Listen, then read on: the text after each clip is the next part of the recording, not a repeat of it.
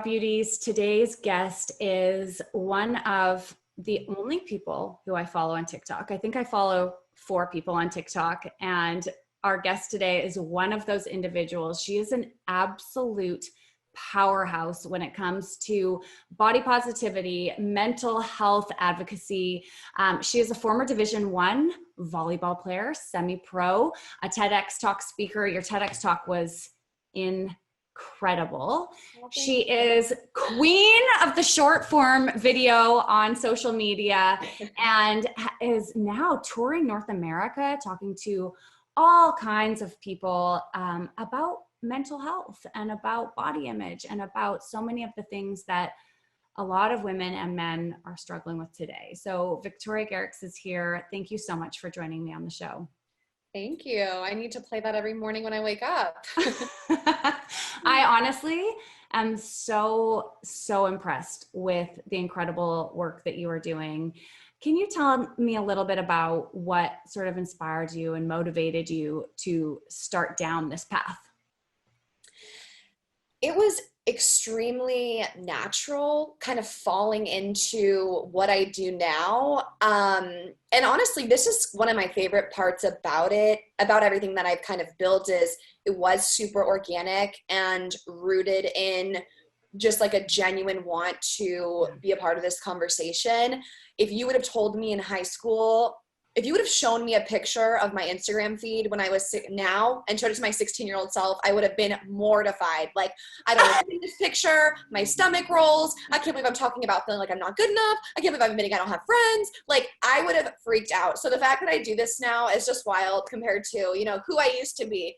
But the gist of it is I had my first experiences with depression and anxiety and disordered eating in college. And when that trifecta hit me, I really struggled. I really felt like I was suffering. I really finally experienced pain. You know, I grew up in a very privileged, coddled bubble of a community. And so to venture outside of that and be on my own and start to have all of these problems arise, I just was shocked. I felt alone. I felt lost. I felt afraid.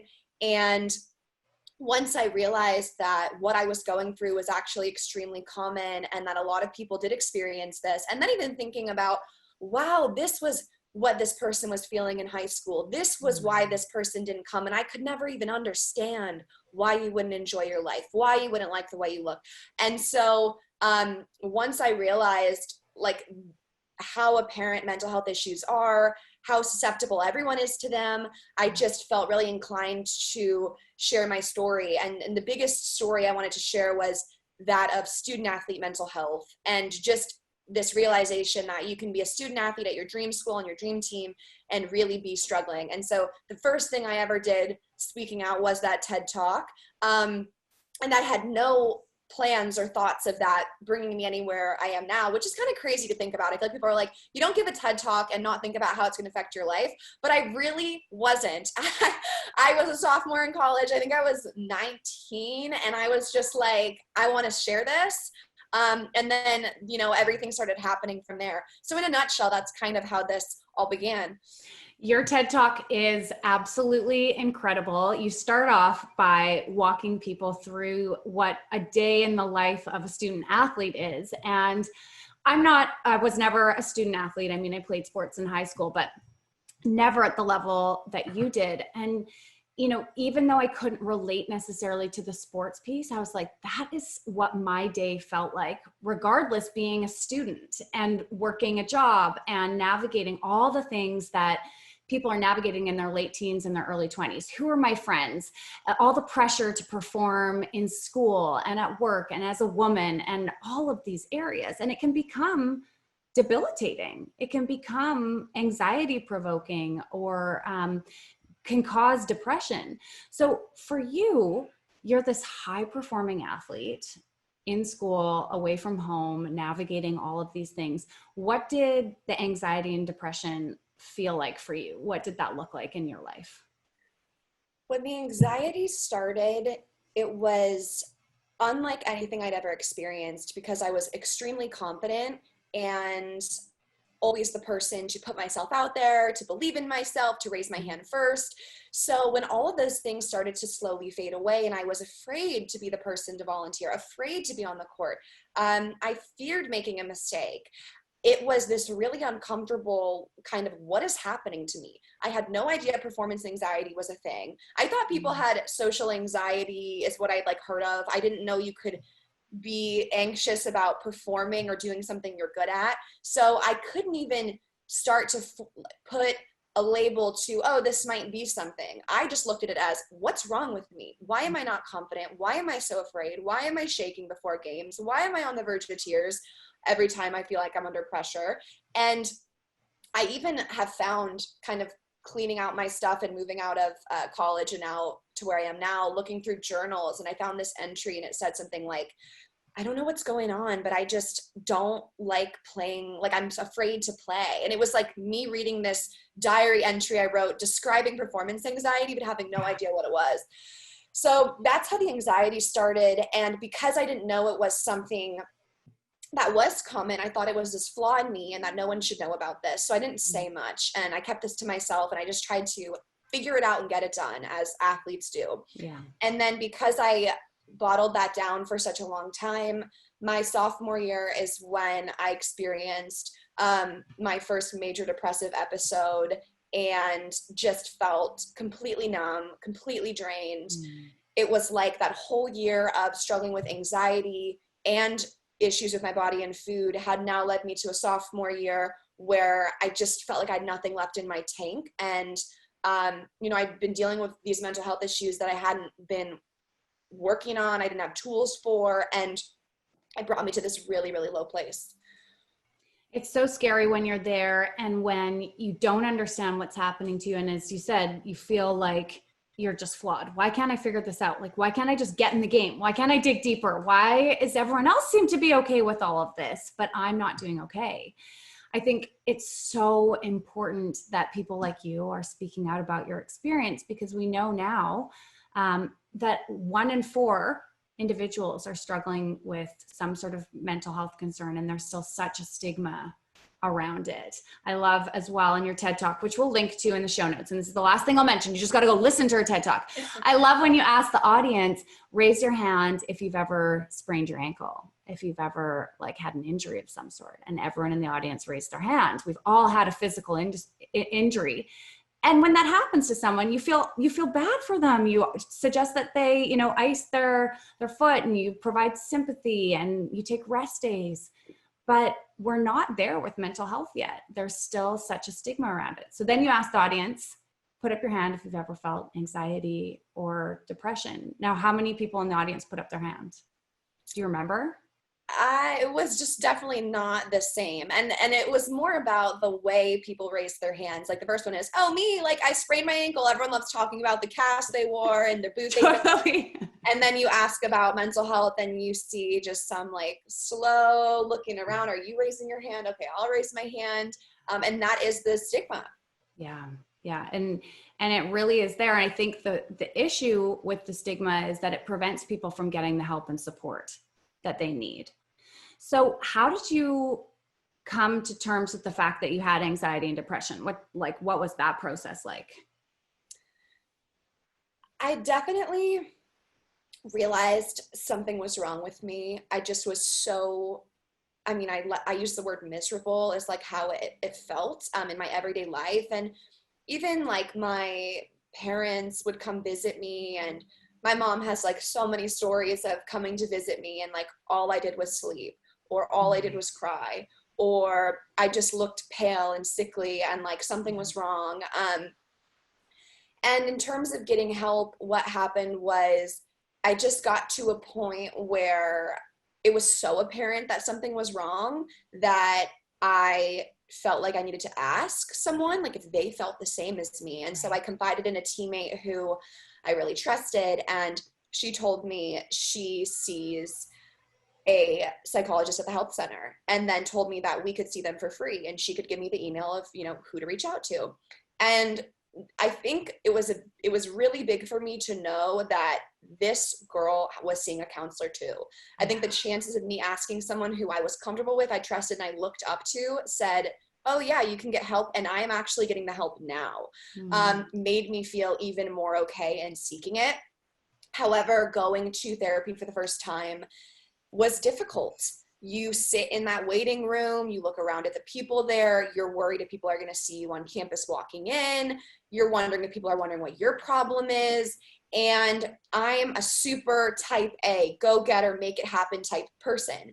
So to be in a situation where I'm about to ask someone, how should I do this? Help me. I don't know the answer. I can't figure it out. It felt like a loss. It felt like something I didn't want to ask.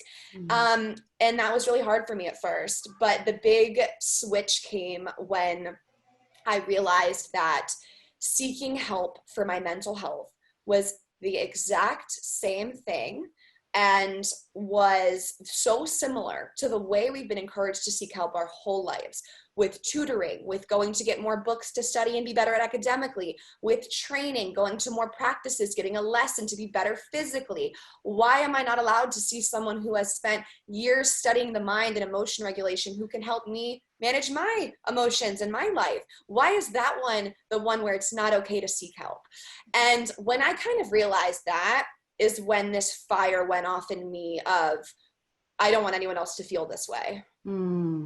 I absolutely love that and completely agree. And really, when I think about the individuals in my life who I look up to the most, or the people who have got quote unquote the furthest or reached their goals, like every single one of them at some point has used therapy or has hired a coach or is investing in meditation classes and mindset training. I work with several people right now who are doing what's called mindset sculpting. And I'm so happy to hear that it's becoming less taboo to seek therapy, but we still have a long way to go. We still have a long way to go. I truly think it's one of the greatest gifts that you can give yourself. I'm a firm believer in what you just said. Like, I think everyone needs at least a session, or just to explore the inner side of themselves, or maybe what trauma from childhood has affected you. And I think when we hear the word trauma too, people kind of associate, once again, the stigma of, oh, trauma. Like, well, you must have witnessed someone die in front of you. Like, it needs to be this extreme thing, but really there's little trauma and there's big trauma, but it's all trauma. And, the little trauma could be something like, every single time you came down wearing shorts, your mom made a joking negative comment. Like, that can be traumatic, and it can affect the way you experience the rest of your life and the way you see yourself. So I think everyone at least has to, or could benefit from exploring that side of themselves. But then we get to the other issue, the big issue, which is the lack of the ability to do that. We're very lucky and fortunate to go to therapy and have those resources. So it's also just so sad to think about the people who can't access therapy, or the people who want to have broke through the stigma, built up the courage, and then they're turned away at the door. I know it is, as you said, a massive piece of the puzzle. And I think something that my hope would be that eventually there's government support for this type of thing. I love hearing that, schools are providing that kind of support. I'm lucky I live in Canada, so we have coverage for some of that. Not enough, but some of it. And I hope that with time we start to understand, and countries understand, even from an economical standpoint, how much this is impacting businesses, because people are having to take mental health breaks, and it's falling under sick leave, of course. But, there's just, we're learning more and more and more how much our mental game affects every aspect of our life, our community, our families, and our global world. And in 2020, now more than ever, we're seeing, how this is impacting us. So I'm curious to know, for you with the therapy, was that enough? Was that the key? What other practices have you really held on to support you in your mental health journey? I feel like therapy opened up the portal for me that was inner exploration, curiosity about my feelings, why I'm thinking the way I'm thinking. it showed me how to look inside myself and evaluate things that I never had before. But I really do believe a person has to want to get better. They have to want to change. And sitting in that office for 1 hour every 7 days wasn't going to be enough. I had to implement tools I was learning in practice. I had to have conversations with my family and my best friends constantly about how I was feeling and what they were feeling. And I read a lot of books. I listened to a lot of podcasts. I started following different people who were preaching and teaching different things. So it was definitely the starting point, but I want to add that it has to be also a want from the person of, okay, how can I get better? How can I figure this out? And that's the part where I felt like that true version of me came back. Like that make it happen, figure it out part of me was like, okay, how can I figure out why I'm struggling? How can I make this better? And that was seeking the help and applying the skill sets I was learning and advocating. I love it. So you mentioned reading books, listening to podcasts, having conversations about how you were feeling as being some of the tools that you were using. Any favorite books or podcasts that you would recommend to our audience? Yeah, so there's a book called Mindset by Carol Dweck. It's absolutely fabulous. I recommend everyone read that, athlete or not. It's just for all humans trying to approach challenge and failure better. The Subtle Art of Not Giving a Fuck is also a fabulous book for anxiety, people like me who are obsessed with achieving. And then when it came to my relationship with food and my body, there's a book called Breaking Free from Emotional Eating by Janine Roth. And that book absolutely changed my life. So big fan of that one as well. Amazing. So along with the anxiety and the depression, and just for the record, I've dealt with all of this myself too. So I totally resonate, with everything that you're talking about. Did you also struggle with body image? Yes, of course. And relationship with food. 1 second. Hi, Lovey. I've had a little break-in my house. Hi, Jay. Mom's just doing a little interview. Do you mind giving me another 20 minutes and then I'll come say hi? I'm going to stay here. No, we can't. You can't stay in here, Lovey. Okay. Can you go ask Rox? Tell her Mommy said you could. Okay. Go check it out. Do you mind shutting the door? Thank you. Working in quarantine. Thank you, Annie. Bye. I'll just lock the door. It's funny though, even if I lock the door, it's a glass door, so he'll hang off the doorknob and just. Oh my gosh, sounds so cute though.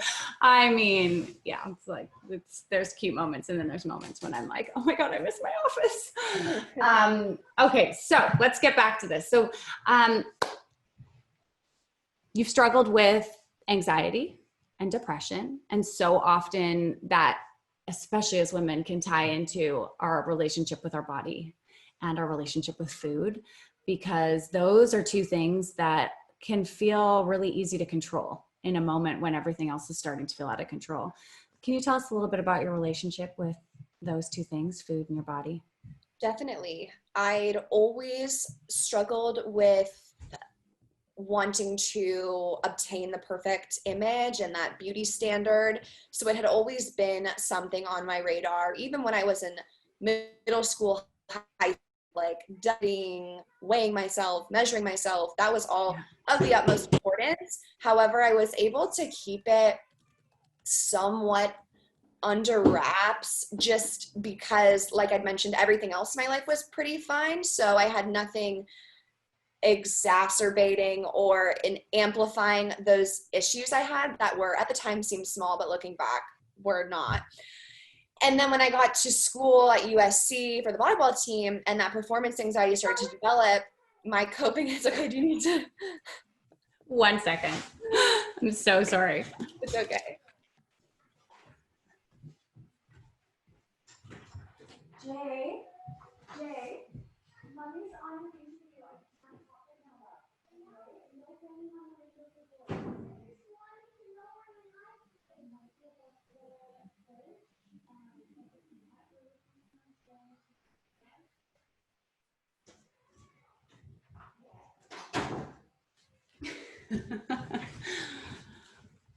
Oh, my Lanta, I'm so sorry. Don't worry. Okay. I can I'm just back. where I was, if that's good for you. That's perfect.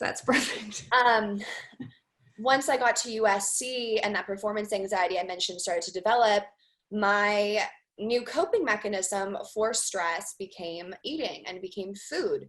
And as my body started to change, I of course tried to diet, tried to restrict, and that led me into this binge eating cycle, which I'd never experienced before. I had done the typical diet and then break your diet and then diet again.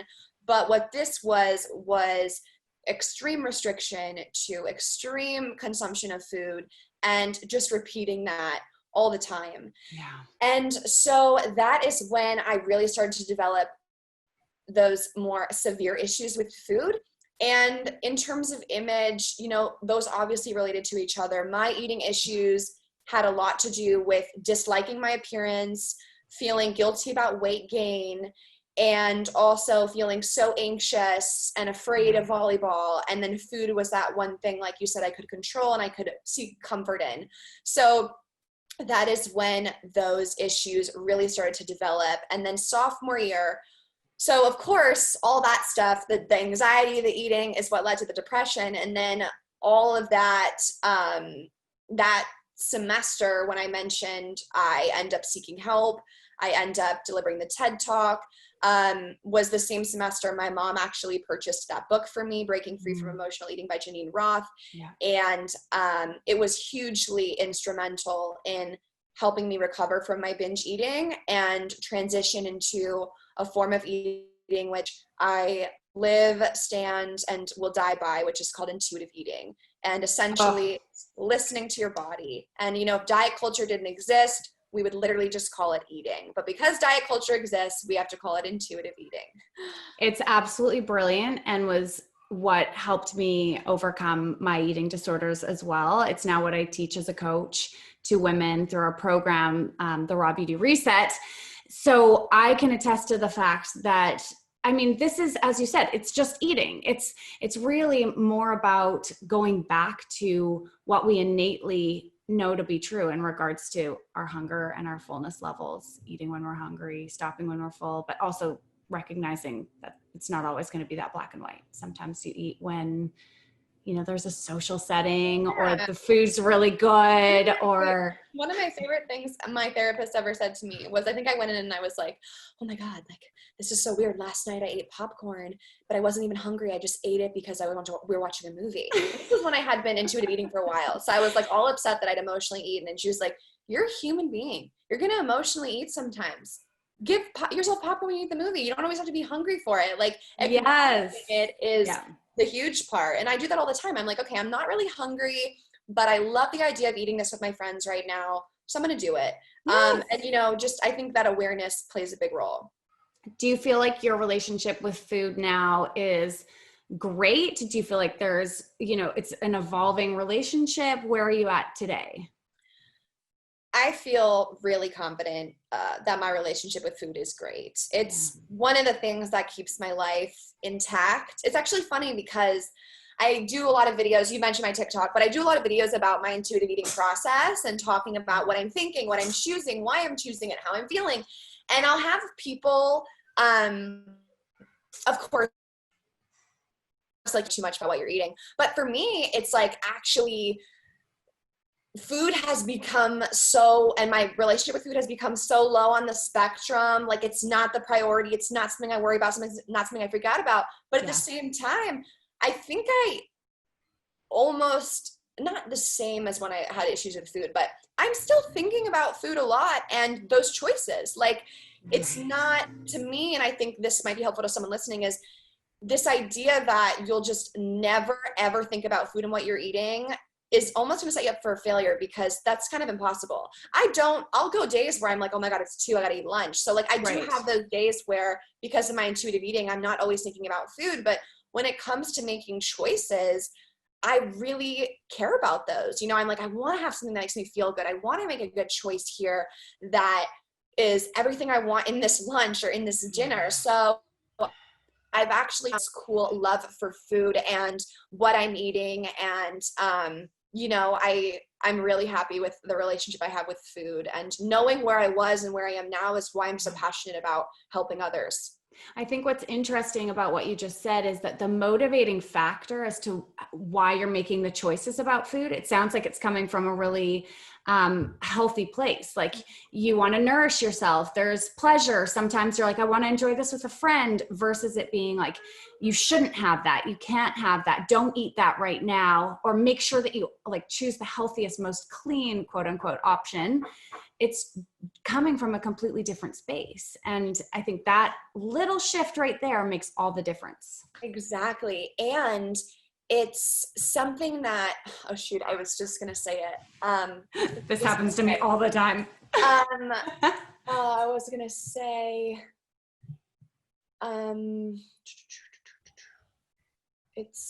can you cut this out? I feel bad. I'm just thinking. Oh my God, we can edit it all. I've got like kids coming in, the other one's here now. It's okay. What was I just going to say? You said something that made me think of it. You said the way I'm talking about food. I was going to say, and it's something that I need to do to maintain this healthy relationship with food. Like for me to have these conversations and know I can have everything, and know I can explore everything, and know I can really think through and make the decision, makes me feel super in control. I'm dying. It's okay. Here comes Rox.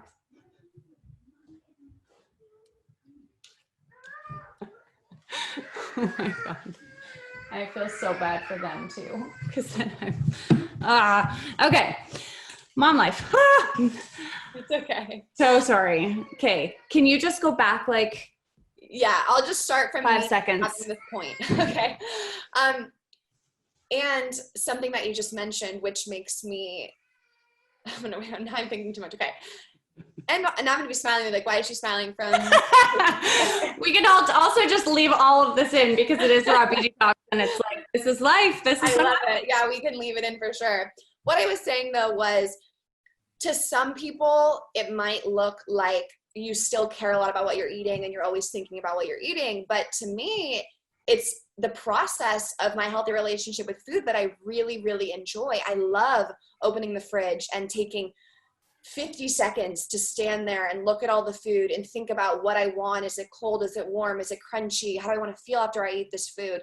All of that stuff is a part of my routine, and it makes me feel good. And I think for that to be taken away from me would make it difficult for me to have my relationship with food. So I think it's also important to not judge our relationship with food, and how much you're thinking about it, how much you're not thinking about it, what you're eating, what you're not eating. Like, I'm a big fan of just no judgment.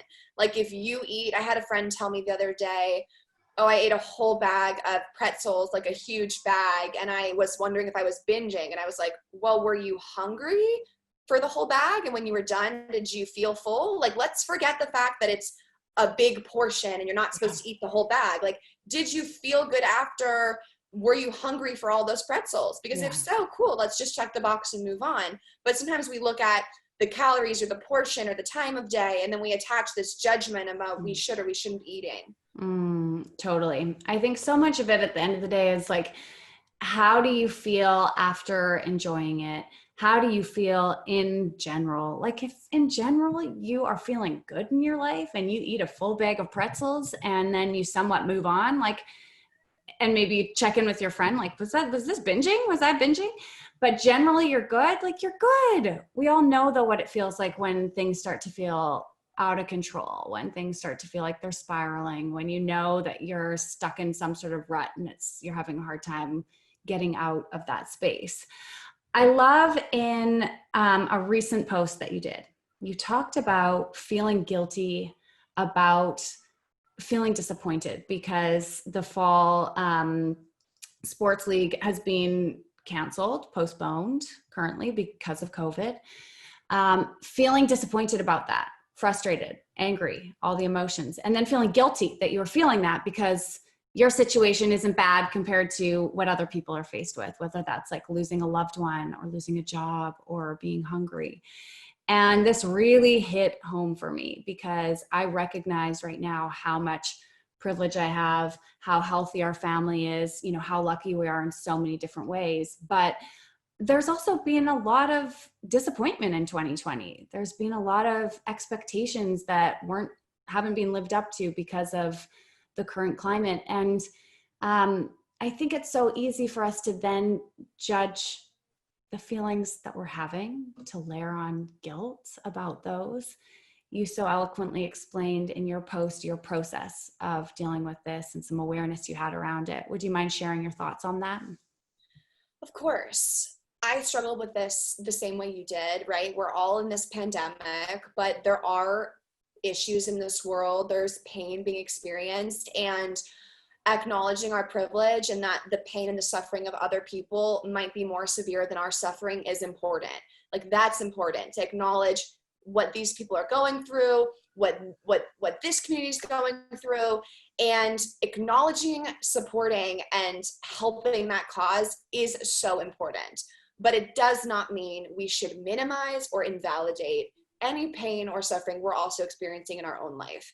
Because I did this before. I did this once before. When I was a student athlete and I was going through my depression, I convinced myself, oh, but you go to a great school. Oh, but your parents love you. Oh, but you're playing. And I said all these things that always made me feel like I was wrong for feeling depressed or guilty. And it got me to such a low place that I was having thoughts of how to pause my life, how to stop this, because I had invalidated my emotions for such a long time. And so just knowing what can come as a result of constantly convincing yourself you don't matter, your feelings don't matter, I just felt that day like I wanted to share the reminder that your feelings do matter. No matter how small they might seem to compare to someone else's, they're important as well. And you should not minimize that or invalidate that. Once again, we do need to acknowledge and have perspective, right? Like, things are worse. There's worse things happening than sports being canceled, but that doesn't mean that the athletes can't feel sad about sports being canceled. And so that was the message I was trying to get across. I love it. I love it. And you said it so perfectly yet again. And I think when we invalidate our feelings, it prevents us from actually going to work on them. It prevents us from healing. It's like we put a stop gate on them, and rather than allowing ourselves to feel them and the emotion to flow through, we prevent the healing process, and then that therefore shows up as anxiety or depression or all of these other states that we can get into. How do you manage allowing yourself to feel the feelings? So I'm sad, I'm angry, I'm frustrated that sports and volleyball have been canceled, without allowing like this dark cloud to come over you, without staying in that space and drowning in the emotion? Well, sometimes I think it's okay to allow the dark cloud to come and to be sad in that space, because allowing space for our emotions allows us to have experiences that are important as humans, as people who are recovering. I actually interviewed a sports psychologist the other day, and he said, when people tell me they just want to be happy in life, I'm like, really? You don't want to feel sad when a loved one passes away? You don't want to feel pain when something bad happens? You don't want to feel hope when, XYZ happens? And it's appreciating and acknowledging the spectrum of emotions that we're going to have in our life. And so sometimes if I'm feeling sad, I'm going to allow myself to be sad. I think it's important to grieve whatever it is you're going through and fully allow that to surface. Then, like you mentioned, I do think there's a time where you acknowledge, okay, I've let this surface. I've grieved. I've allowed space for these emotions. Now it's time to put myself in an environment or do things that are going to help me get better. Because if I just allow myself to sit in my bed for 5 days, not go outside, not see people, I'm going to allow that cloud to last longer than it probably should. So there is that awareness of knowing when you have paid your respect to these emotions, but it's time to put yourself in an environment where you can slowly start to become back to the person that you know yourself to be most often. I love it. What are some of your tools? You mentioned you can't just sit in your room for 5 days. So what are some of your tools? What would be some of the first steps that you would take to get yourself out of that place where you're like, I've paid homage to the sadness and now we've got to start moving forward? What would be Victoria's steps? Getting out of the house is a big one for me. And I'm not a partier. Like, so I'm not saying go for a girls' night out, put on a hot outfit. No, like, I think that is almost masking the fact that, like, I don't know, that's not how I do it. Like, I would love to go on a hike with some friends, and maybe I can still talk about the pain, but now I'm at a hike and I'm outside and I can smell the air and see the trees. Or maybe I just want to go pick up dinner with my boyfriend, and we're going to get in the car, we're going to drive for 15 minutes, pick up the dinner, sit outside, and then come back home. It doesn't have to be a fancy dinner, but we're just leaving the house. And so just forcing myself to do something like that usually allows me to explore and have new thoughts and new feelings. And so that's a big one. I think the second one is everyone has people in their life, hopefully, that make them feel like the best version of themselves. And, you know, when I think about those people, there's only a handful, maybe less, but FaceTiming them if you can't see them right now, going on a walk with them, calling them, just those people that you know you can be completely yourself with, that cheer you up, that make you feel better. Getting in contact with those people always helps me as well. And being in a position where you can ask this person what you'd like from them, right? So I have that friend I'll call and I'll say, I really need to talk this through. I need your advice. I have the other friend who I'm like, I don't want to talk about, I've been depressed for 3 days. I just want you to make me laugh. How's your boyfriend? Did you go on the Hinge date? Totally. Like, I want to hear about you because you're hilarious. So you have people that can offer different things. And, you know, the third little tool I'll throw in, which is kind of what I just said, but is asking and being particular about what you need around you to thrive. It's okay to tell someone, actually, do you mind? I don't really want to talk about your wedding plans because my boyfriend just dumped me. That's been my big problem. So like, I don't want to talk about that. Can we talk about something else? Like, if these people are your people, like, you should be able to say, I would really love for you to help me in this way, or need this of me, because I know I'm going to offer that to them, and they can ask me whatever they need from me in a situation. I'm going to reciprocate that in our friendship. So also, it's okay to set boundaries. It's okay to ask for what you need, and set yourself up for success, right? Like, if you know you're in a toxic situation, is there a way to get out of that? Maybe there's not, but maybe you can go on that 2-hour walk so that you can escape it for 2 hours and then come back. But just being particular about the environment you're in as well is helpful to me as I try to come back to this person I want to be. I absolutely love it. What's coming up next for you? I mean, you are crushing it over on your IG. You just really recently started a podcast, I believe, with Dear Media. I've actually had it for a long time, but it's okay, but I just signed it to Dear Media. So it's a big step up in the podcasting world. I did it for a year totally by myself, earned my stripes, and then they have picked me up and put me in their zoo. So I'm excited. Amazing. Congratulations. We'll make sure that we link to that as well. You have your Instagram page, The Hidden Opponent, your personal IG page. We'll make sure that we link to all of these. What's up next for you? You've graduated? Yes, I'm a year out of school. Just fortunate to be able to do all of this and continue creating things that hopefully can inspire and help. The next big thing for me is next week I'm going to be releasing some hoodies I'm really excited about.